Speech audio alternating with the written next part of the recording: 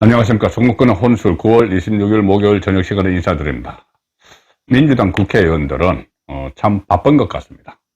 이재명 방탄을 위해서 이리 뛰고 저리 뛰고 법안 발의하고 민생 법안은 외면하고 특검법, 탄핵 법안 여기에 집중을 하고 있고, 또 이재명 재판 가고 그 검찰에 소환되고 하면 거기 또 다 따라가야 되고 수원까지 따라가고, 자, 그러는데 또 하나 더 바쁜 일이 생겼습니다. 문재인 전 대통령 문재인도 곧 검찰에 소환이 되죠. 문다해 소환 일정을 아마 조정을 하고 있는 것 같습니다. 그 다음에 김종숙을 거치든지 안 거치든지 문재인 또 소환되는데, 또 문재인 방어하느라고 무슨 전 정권 탄압 대책위원회인가 만들었죠. 또 이재명이 또 만들어서 거기에 10명의 국회의원들이 얼마 전에 또 양산까지 가서 국회 활동은 다 팽개치고 양산 가서 문재인 만나서 좀 마치 무슨 대책회의, 중요한 대책회의 하는 것처럼 테이블 앞에다 두고 이런저런 이야기들을 했었죠. 자, 그러고 그때 문재인에게 일종의 지침을 듣고 온 이 민주당 의원들, 내일은 또 대검을 갑니다. 대검 가서 항의 방문하겠다. 문재인 수사하는 데 대해서. 여기는 무슨 대책위 10명 외에도 박범계, 황희 이렇게 문재인 정부에서 장관 자리를 했던 사람들, 당연히 가봐야죠. 그 사람들은 자기 장관까지 시켜준 문재인이 수사받고 있으니까.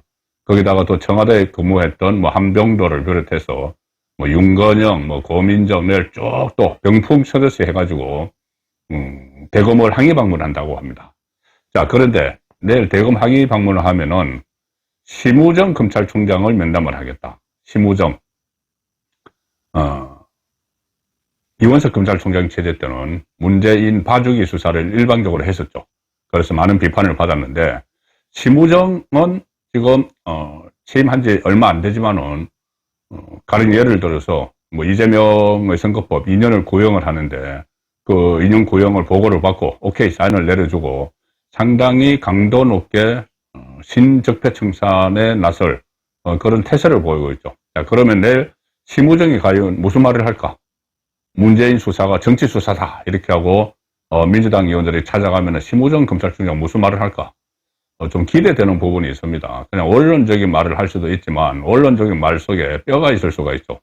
가령 심우정 검찰총장은 취임사에서 이 문재인, 이재명 쪽 그리고 그것을 수사를 느슨하게 했던 이원석까지 겨냥하는 듯한 발언을 몇 가지 했습니다. 어떤 압력에 그런데 굴하지 않아야 된다는 이야기를 했고, 외풍 이야기도 했고, 또 이 정치 상황 이런 부분에 대해서도 상당히 자고우면 하지 않는다는 그런 하지 않아야 된다는 그런 메시지를 검찰에 보냈고, 특히 이 경제 수사 그리고 반부패 수사를 강화해야 된다고 강조를 했습니다. 심우정. 경제사범 수사는 민생과 관련된 거죠. 그리고 반부패는 바로 지금 수사를 하고 있는 문재인, 이재명 수사입니다. 문재인에 대한 수사에 강화를 해야 된다는 그런 메시지를 보냈기 때문에 내일 민주당 의원들의 방문을 받고 만나주겠죠. 만나주면은 입장을 내놔야 될 텐데, 자, 이외에 뜻밖의 말을 민주당 의원들에게 할 수도 있다, 그런 생각이 듭니다. 그만큼 수사 의지를 좀 보이고 있기 때문이죠. 자, 이 상황에서 이원석과는 많이 차별이 되는데, 문재인 전 대통령 정말 재임 때 제가 몇 차례 문재인 재임 때부터 말씀드린 게 있습니다. 문재인은 왜 이렇게 선택적인 분노를 할까? 자, 문재인 재임 때 간단하게 보시면은 본인 개인에게 불리한 일이 있으면은 막 화를 내고 격노를 합니다. 근데 국민들이 분노하고 격노한 일에 대해서는 입을 꾹 다물었죠. 그래서 제가 선택적 분노를 한다고 몇 차례 말씀을 드린 기억이 있는데, 가령 예를 들어서 조국 사태 그렇게 온 나라가 시끄러워도 말 한마디 하지 않았습니다. 인사권자인데 본인이 민정수석 법무부 장관 다 시켰는데 말 한마디 안 했습니다. 그리고 나중에 조국에게 마음의 빚이 있다 이런 이야기는 했었죠. 윤미향 사태가 그렇게 터졌을 때도 뭐라고 비판 한마디 하지 않았습니다. 그냥 꼭 입 다물고 있었죠. 대선할 때, 선거할 때는 위안부 할머니들 막 일종의 선거에 이용도 하고 했었습니다. 그리고 처음에는 청와대로 들어가서 초청도 하고, 그런데 그 위안부 할머니들을, 속된 말로 등쳐먹은, 그를 윤미향 파문에 대해서 전혀 언급도 하지 않았죠. 그런데 재임 중에 불같이 화를 냈다는 게 두 가지가 있습니다. 둘 다 문재인 개인과 관련된 거죠. 하나는 퇴임 후에 살 집, 지금 살고 있는 집, 평산마을에 그 사저 부지 논란이 일어났었죠. 농지법 위반이다. 허위 영농 계획서를 기재를 해서 영농 경력이 11년 된다. 그래서 그 땅을 샀습니다.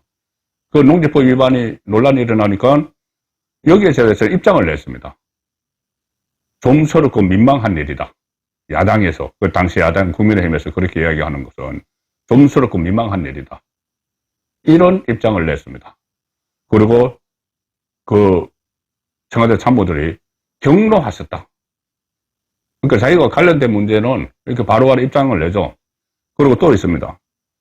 그때 문재인 정부 때 국회의사당 분수대 부근에서 한 시민단체가, 대표가 문재인을 비판을 하는 이 전단을 돌렸는데 그 국민을 모욕죄로 고소를 했습니다. 그때. 그래서 현직 대통령이 국민을 상대로 본인을 비판을 한다고 모욕죄로 고소한 첫 사례로 이렇게 기록됐죠. 이 선택적인 이 분노를 하고 입장을 내고 하는 문재인이 이번에도 마찬가지죠. 문재인 게이트가 터질 정도로 여러 가지 동시다발적으로 범죄 혐의들이 드러나고 있는데 상당히 비겁한 모습을 보이고 있습니다. 이게 벌써 상당히 시간이 오래됐는데 꼭꼭 숨어 있다가, 평산마을에 꼭꼭 숨어 있다가 민주당에서 이재명의 필요성에 의해서 대책위원회를 만든다고 하니까는 평산마을로 끌어들여가지고 사실상 끌어들인 거죠. 웬만하면은 그런 거 오지 말라고 해야 됩니다. 본인이 다 국민에게 설명을 하겠다. 그래서 오지 말라고 해야 되는데 10명 쭉 불러 앉혀놓고 기껏 한다는 말이 딱 세 가지 이야기했죠. 이재명한테 그러더니 이재명도 그렇고 나한테까지 검찰에 이렇게 하면은 국민에게는 오죽하겠느냐.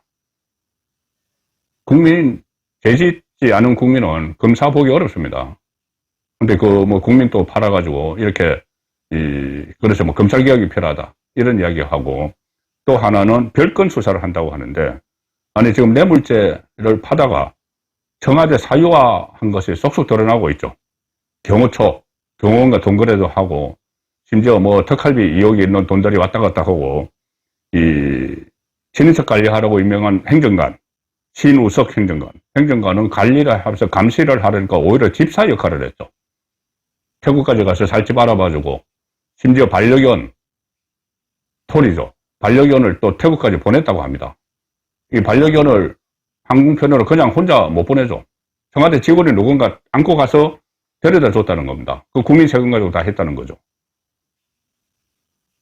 그리고 문다의 집을 사가지고 하는데 그 등기도 대신해주고, 숙박업을 하는데 그것도 돈 관리도 해줬다. 자, 그러면 이 뇌물죄를 수사하다가 그런 것들이 막 나오는데 그거 수사 안 합니까? 그리고 또 이 국리 하다가 뇌물죄와 연관된 문다혜에게 생활비를 보태줬다. 생활비를 주다가 나중에 이상직이 태국에서 대신 돈을 주니까 그것을 끊었다. 그것이 경제공동체고 뇌물죄다. 이렇게 되니까는 기껏 이번에 또 민주당 의원들 만나서 한다는 소리가, 아니 그거는 자기가 임대료로 줬다. 자기 옛 사위 서창호 씨 명의로 돼 있는 거기 구기동 빌라에 잠깐 살았죠. 그것이 임대료를 줬다.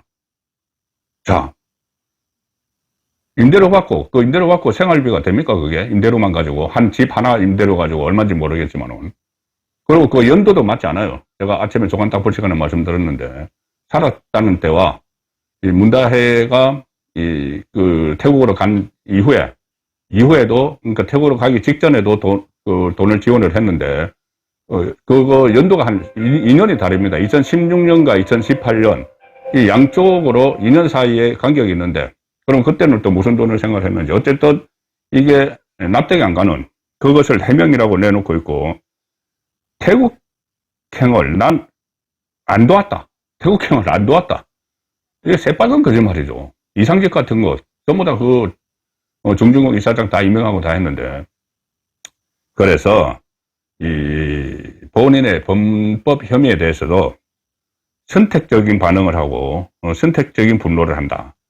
자, 답해야 할 것은 입도 다물고 있습니다. 정말 답을 해야 될 것은 본인이 재임 기간에 곤란한 일, 난처한 일에 대해서는 그냥 입을 다물고 침묵한 것처럼 지금도 마찬가지죠. 제가 몇 가지만 말씀드려도 이렇습니다.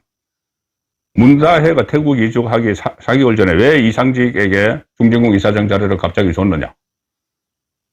행정관, 신우수석이 태국 보내서 다 소발을 들게 하고 또 문다혜 집을 관리하게 하고 심지어 뭐 반려견을 태국까지 보내고 그 청와대 행정관이 안고, 자, 그런 것을 왜 해명을 하지 않죠? 그리고 김종숙 씨가 최소 2차례에 걸쳐서 재임 중 그리고 퇴임 후 5천만 원짜리 보자기에 싸가지고 이상한 방법으로 문다혜에게 건넸다. 근데 그 5천만 원이 특활비 아니냐? 누구 특활비입니까? 문재인의 특활비죠. 문재인 특활비가 왜 의혹입니다만은 그럼 해명을 해야죠. 언론에 그렇게 많이 보도가 되면은 본인이 특활비를 왜 부인이 보자기 5천만 원 꽁꽁 싸가지고 청와대 행정관에게 돌려보내서 친구 통해서 이상한 방법으로 왜 입금을 했느냐. 이게 지금 논란의 핵심인데 그게 특활비냐 아니냐. 여기에 대해서는 이런 방법 말도 하지 않고 있는 거죠. 출판사 돈 2억 5천만 원이 본인이 책 전 그 출판사인데 그 2억 5천만 원이 왜 문다혜에게 갔느냐. 뭐 돈을 빌려줬다고 하고 왜 돈을 출판사에서 왜 돈을 빌려주죠. 그리고 뭐 1억 원은 문재인에게 갈 인세라고 지금 그 친문 의원들이 윤건영이나 이런 사람들 해명이라고 하는데 왜 인세가 딸에게 가죠. 이런 것에 대해서 해명을 안 합니다. 이게 반드시 해명이 필요한 일들이죠. 경호원하고 돈 거래를 왜 했느냐. 청와대 경호원, 제주도 별장은 정말 차명으로 갖고 있는 것인가. 이따가 지금 이 송기인 신부가 연세가 많으니까 돌려받은 것인가. 아니면 송기인 신부를 압박을 해가지고 이 7억 원 내지 10억 원 가는 별장을 3억 8천만 원에 그냥 공시지가로 그냥 압박을 넣어서 산 것인가.